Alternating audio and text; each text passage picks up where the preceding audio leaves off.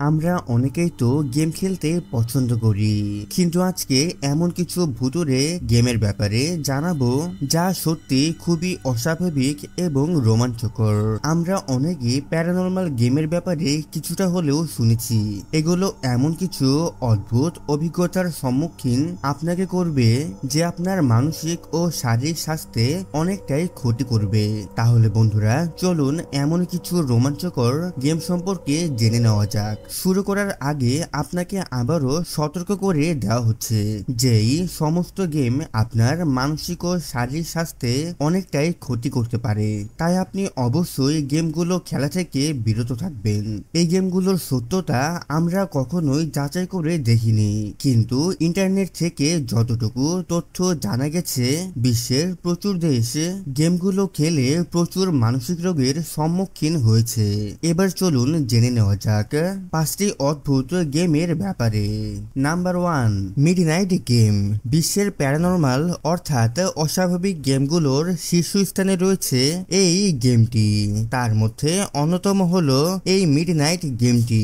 গেমটিতে এক বা একাধিক প্লেয়ার অংশগ্রহণ করতে পারে, কিন্তু খেলার জন্য উপকরণ হিসেবে একটি মোমবাতি, এক টুকরো কাগজ, একটি পেন, একটি ড্যাশলাইটে এবং একটি পিন, একটি কাঠের দরজা এবং সবশেষে কিছুটা মোমের প্রয়োজন। যদি আপনি এই খেলাটি খেলতে চান, তাহলে এই খেলাটিকে আপনাকে মধ্যরাতের আগে শুরু করতে হবে। গেমটির রুলস অনুযায়ী প্রথমে একটি কাগজের টুকরোতে আপনার নিজের নাম পুরাটা লিখতে হবে। তারপর নিজের এক ফোঁটা রক্ত কাগজের উপরে ফেলে সেটিকে পুরোপুরি শুকোতে দিতে হবে। পরবর্তী কাজ ঘরের সব আলো নিভিয়ে দেওয়া। তারপর কাগজটিকে দরজাটির সামনে রাখতে হবে, আর তার ঠিক উপরে মোমবাতি জ্বালিয়ে নিতে হবে। দরজাটিতে 22 বার কড়া নাড়তে হবে। কড়া নাড়ানোর সময় শেষ কড়া নাড়ানোর সাথে সাথে ঠিক ঘড়িতে রাত 12টায় দরজা খোলার মধ্য দিয়ে মিডনাইট ম্যান অর্থাৎ মধ্যরাতের লোকটিকে আমন্ত্রণ জানাতে হবে। তারপর মোমবাতি নিভিয়ে দরজা আবার বন্ধ করে দিতে হবে। এরপর আবার মোমবাতি জ্বালিয়ে রাত 3:33 অবধি সারা বাড়ি আপনাকে ঘোরাফেরা করতে হবে, কারণ মধ্যরাতের লোকটি আপনাকে অনুসরণ করতে থাকবে, কিন্তু আপনি চাইলে তাকে স্পর্শ করতে পারবেন না। যদি মোমবাতি নিভে যায়, তাহলে লোকটি আপনার কাছে চলে আসবে। আপনাকে 10 সেকেন্ডের মধ্যে মোমবাতিটি পুনরায় জ্বালাতে হবে। যদি আপনি রাত 3:33 অবধি লোকটিকে উপেক্ষা করে থাকতে পারেন, তাহলে গেমের রুলস অনুযায়ী আপনি খেলাটিতে জয়লাভ করবেন। কিন্তু এই খেলাটি কখনোই চেষ্টা করা উচিত নয়, কারণ যারা এটি খেলেছেন তাদের মধ্যে কারো কারো মারাত্মক মানসিক ক্ষতি হয়েছে। Number 2, bathtub game. গেমটি মূলত জাপান থেকে এসেছে। এই গেমটি আপনি একাই খেলতে পারবেন। খেলাটিতে যেসব উপকরণের দরকার হয় সেগুলো হলো বাথট্যাব সহ একটি বাথরুম, জল এবং শ্যাম্পু। গেমটির রুল জেনে নেওয়া যাক। প্রথমে আপনাকে আলো নেভানোর পর জল ভর্তি করা বাথট্যাবের মধ্যে সম্পূর্ণ অনাবৃত অবস্থায় টেপের মুখোমুখি অবস্থান করতে হবে। এরপর চোখ বন্ধ করে শ্যাম্পু দিয়ে চুল ধোয়া শুরু করতে হবে। ক্রমাগত ডার্মাসিন ফিল ডাউন এই কথাটি বারবার বলে যেতে হবে। আপনি যদি সঠিকভাবে বলতে পারেন, তাহলে আপনি একটি জাপানি মহিলার ছায়া অনুভব করবেন, নিজের চোখে দেখতে পাবেন। আপনার মাথাটি ঠিক টেপের উপরে থাকবে, কিন্তু আপনি ভুলেও চুল ধোয়া বন্ধ করবেন না।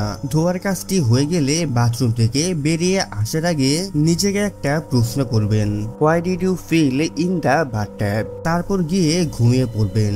পরের দিন সকালে উঠে আপনি আপনার পেছনে ক্রমাগত কোনো মানুষের অনুভব করতে পারবেন। এরকম অদ্ভুত গেমটিকে শুধু উপেক্ষা করাই উচিত, কারণ এটি আপনার উপর নেতিবাচক প্রভাব ফেলতে পারে। Number 3, Bloody Mary. Bloody Mary হলো এমন একটি গেম যা দুর্বল হার্টের মানুষের পক্ষে কখনোই খেলা উচিত নয়। কথিত আছে ম্যারিটিউড নামক একজন ব্রিটিশ মহিলার মৃত্যুর পর এই ব্লাডি মেরি গেমটি এসেছে।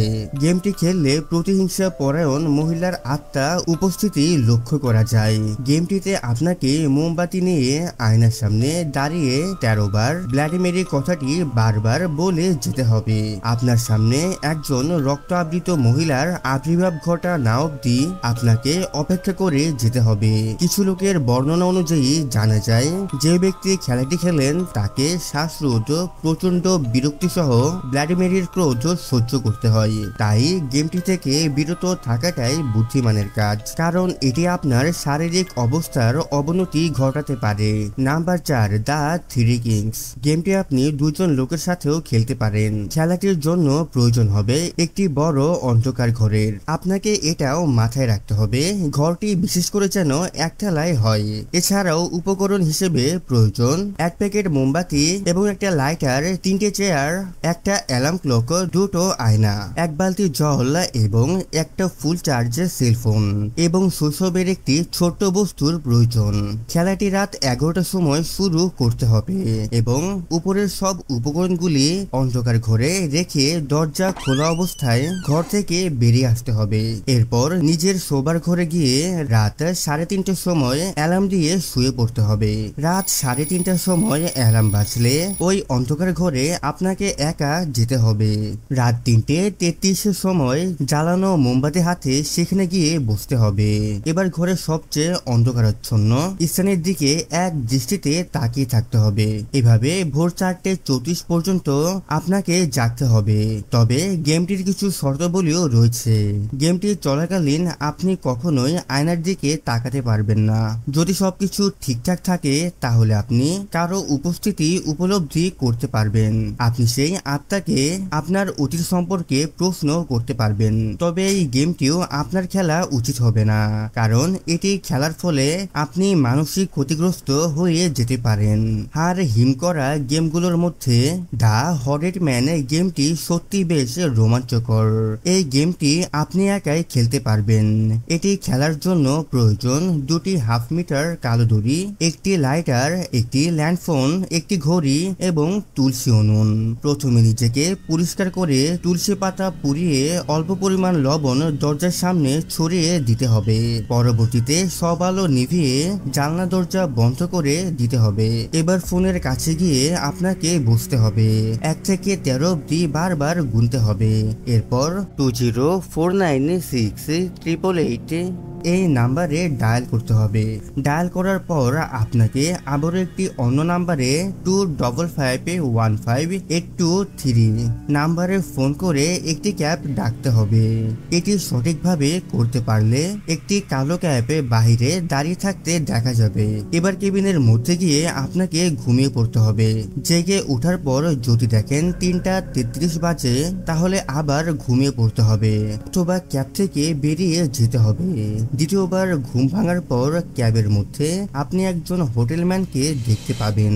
এরপর আপনি যদি এখান থেকে বেরোতে চান তাহলে হোটেলম্যানের কাছে গিয়ে ফিসফিস করে বলতে হবে আপনি আপনার গন্তব্যে পৌঁছে গেছেন। এরপর আপনি আবার ঘুমিয়ে পড়বেন। যখন ঘুম ভাঙবে দেখবেন আপনি সশরীরে আপনার বাড়িতে রয়েছেন। এই খেলাটিতেও অংশগ্রহণ না করা সবার জন্যই ভালো, কারণ এটিতেও আপনি বিপদে পড়তে পারেন। তো বন্ধুরা, এই ছিল আমাদের আজকের আয়োজন। আপনার কোন গেমটি বেশি রোমাঞ্চকর লেগেছে তা অবশ্যই কমেন্ট করে জানাবেন। ভিডিওটি ভালো লাগলে একটি লাইকে ক্লিক করুন এবং সাবস্ক্রাইব করে সাথেই থাকুন।